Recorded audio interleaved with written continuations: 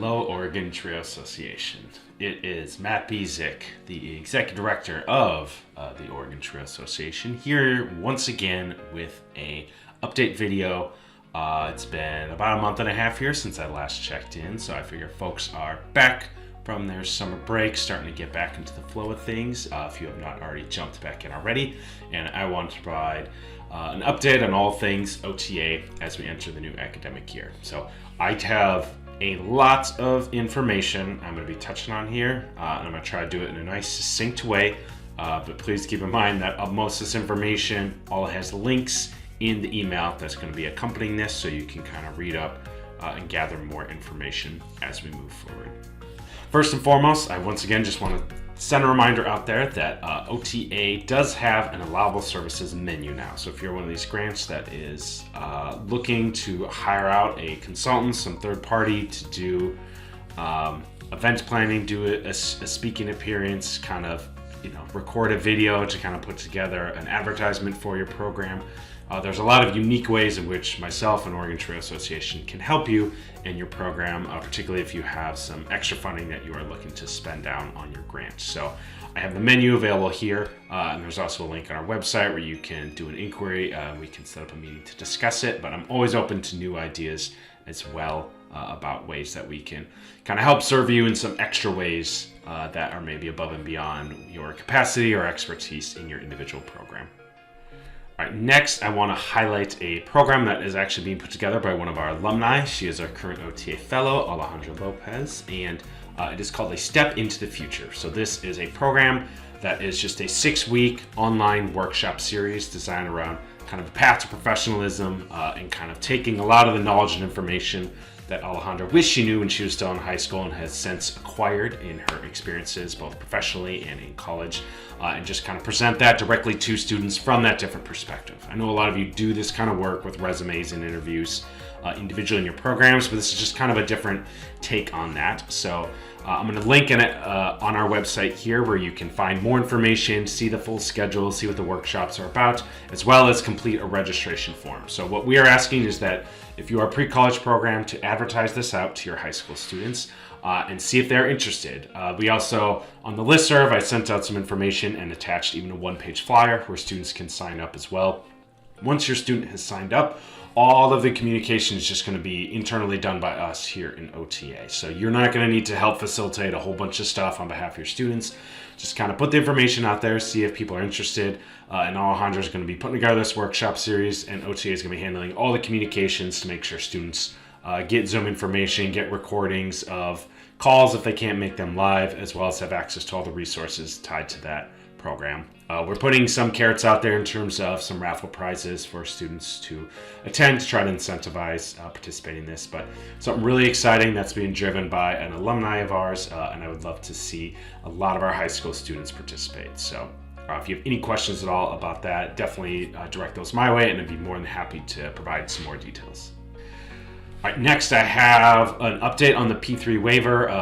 Today, actually, I was having a conversation with the director of OSAC, and we are redlining and finalizing our Oregon draft to send to the Department of Education for approval. So I know this has been a long, ongoing process. We're hoping to have an impact last year's academic year, but it appears that we are very, very close now and in the final stages of getting this finally approved, and then we can kind of do the next step of maybe meeting with Gaby Watts with the Department of Education and just getting some really crystal clear clarity around how we can actually implement this waiver in our individual programs. So more information to come on the how-tos, but just wanted to let you know that it is moving forward. Our last mile scholarship for the winter term, we've already awarded for fall, but the applications are already open for winter term. So you have about 2 months here. The deadline is November 17th. That is a Friday. You got 2 months to work with students who are close to running out of that Pell Grant eligibility, are looking at maximizing loans, just in financial hardship, and could use kind of that extra funds to get through that last mile to complete their college education. That application is live. Additionally, we are going to be having an informational call on the Last Mile program. That call is scheduled for Thursday, the 21st at 3:30 p.m. Now, this call is intended for maybe some newer advisors or people that are not as familiar with what the Last Mile Award is, just give you some basic how-tos and show you kind of what the structure looks like. But we also want to provide some feedback now that we've been doing this for nearly 2 years, just to make sure there's a lot of clarity about what makes for the best candidate. We definitely want to make sure that we are advising the right kinds of students to apply to these, just to save them time, to save you time. So we really want to provide a summary of what all the readers are looking at and what they see as their kind of best practices and what makes for kind of ideal candidates. So we'll go way more in depth into that on that call, so we hope to see you there. I'll also do a recording of that and make that available if you can't make the live call. Next up, at the end of August, the Oregon Trio Association board met and approved a budget for kind of the next 2 years, kind of tying it to that state grant that we have and a continuation of funding. So I just kind of wanted to pull out some bullet points of highlights of kind of projects that impact you all that we've decided to fund or continue to fund. So the Last Mile Award is one of those, supporting those students. We've also allocated funds for a transfer support scholarship. Now, what exactly that looks like hasn't quite been determined yet. I'll get to this in a moment, but we're looking for some volunteers who would like to come together and kind of help shape how we're going to determine who should be awarded these scholarship funds for those students looking to transfer from 2-year to 4-year institutions. We're going to continue offering the Canva Pro account access, one account for every single grant in the state. So that's going to be a continuation. If you've already signed up, nothing more you need to do at this point. If that is something you haven't signed up for yet, I'll make sure to link that in the email where you can go to register so you and your program can have access to a Canva Pro account. We are going to continue the unallowable expense costs. So those additional funds that the $500 that you all saw last year, we're actually going to be increasing that. So it's going to be $1,000 per grant in the state. You're going to have access to buy things or spend that money in ways that are traditionally not really allowable with your grant funds. We are going to be rolling that out in the new year. So just for fiscal purposes, things get a little messy when we kind of spend money in the state grants outside of our kind of own fiscal year, which is the calendar year. So starting in January, I'm going to roll out the red carpet and say, okay, here is your unallowable cost funds available to you again, $1,000 per grant, and I'll go over close to that date how you go about submitting those requests to me.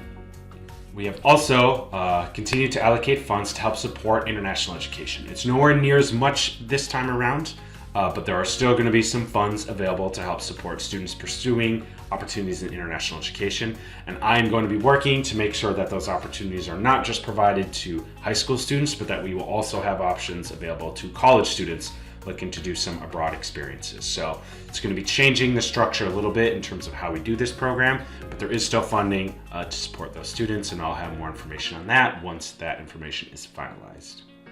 We have made a decision, instead of trying to just do one singular student leadership conference, last year it was in Salem, that can just make for a lot of travel for a bunch of our programs. So we made the decision to have 2 separate student leadership conferences this year. So one is going to be in Salem, and the other is going to be down in Ashland at Southern Oregon University. So I'll touch on some kind of estimated dates for when those will be happening later on in this video, but just let you know that there will be some opportunities in April for student events through our SLCs, the Student Leadership Conference. Finally, the board has approved funding and a job description for a brand new full-time position within the Oregon Trio Association. That new position is the Director of Trio Development and Support. So right now, I help run our nonprofit. I have to do a lot of different aspects of the job.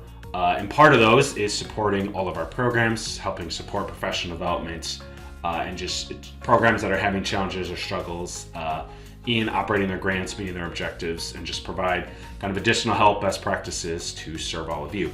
I think there's just a lot more we could be doing to support all of you, but I found that it was just difficult to carve out the time in my schedule to do that. So the board has agreed to hire on an entirely new full-time person whose whole role is to support programs, support your professional development, maybe develop our own kind of Eli emerging leaders like leadership development, workshops and year-long kind of cohorts.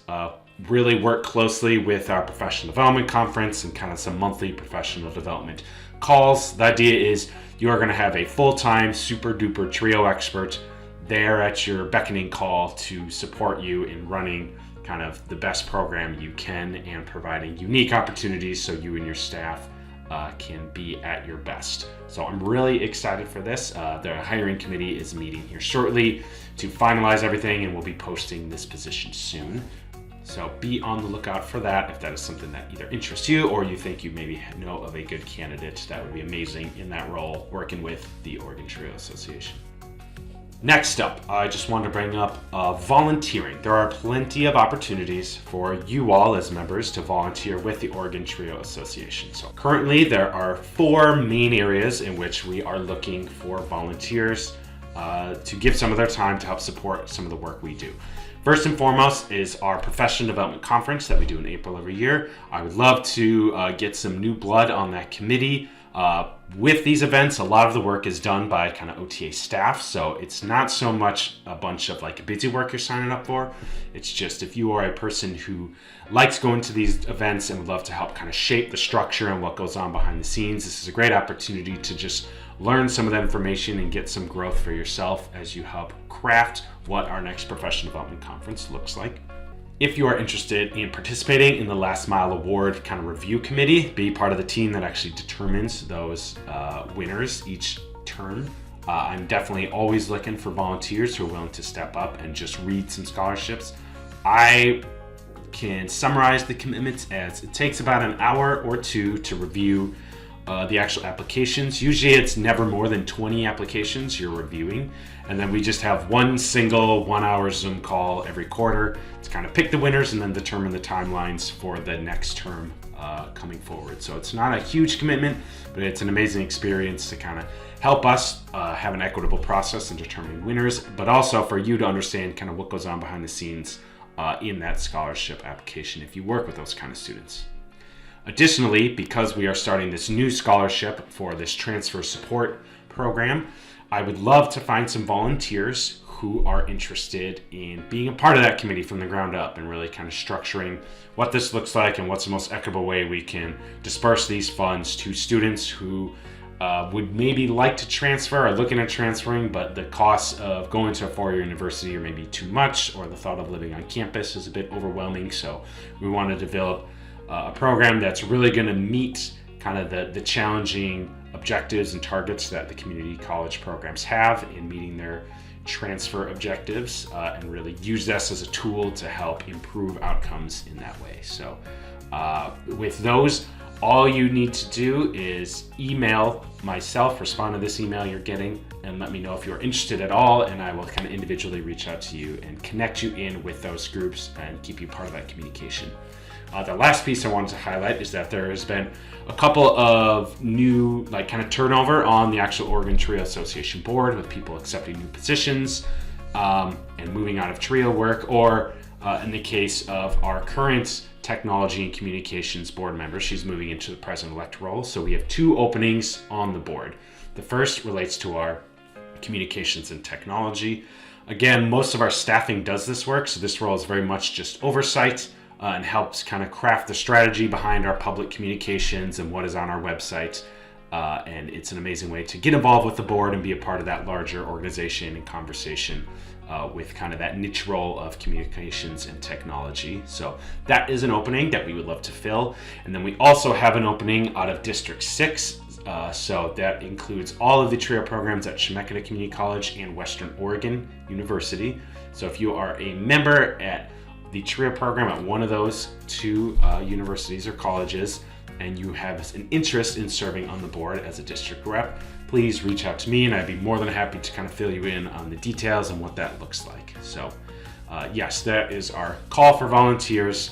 We are definitely stronger when you all are more engaged and active in the work that we are doing. Okay, I want to take a brief moment to just mention, I mentioned the Professional Development Conference and Student Leadership Conference. I want to make sure you have these dates on your calendar so you can try to block those out and attend if at all possible. So our Professional Development Conference once again, is going to be at Salishan Resorts in Glenarden Beach. It's where we've had them the last couple of years. And it's going to be April 1st through the 4th. So April 1st through the 4th at Salishan. Once again, that's the Professional Development Conference.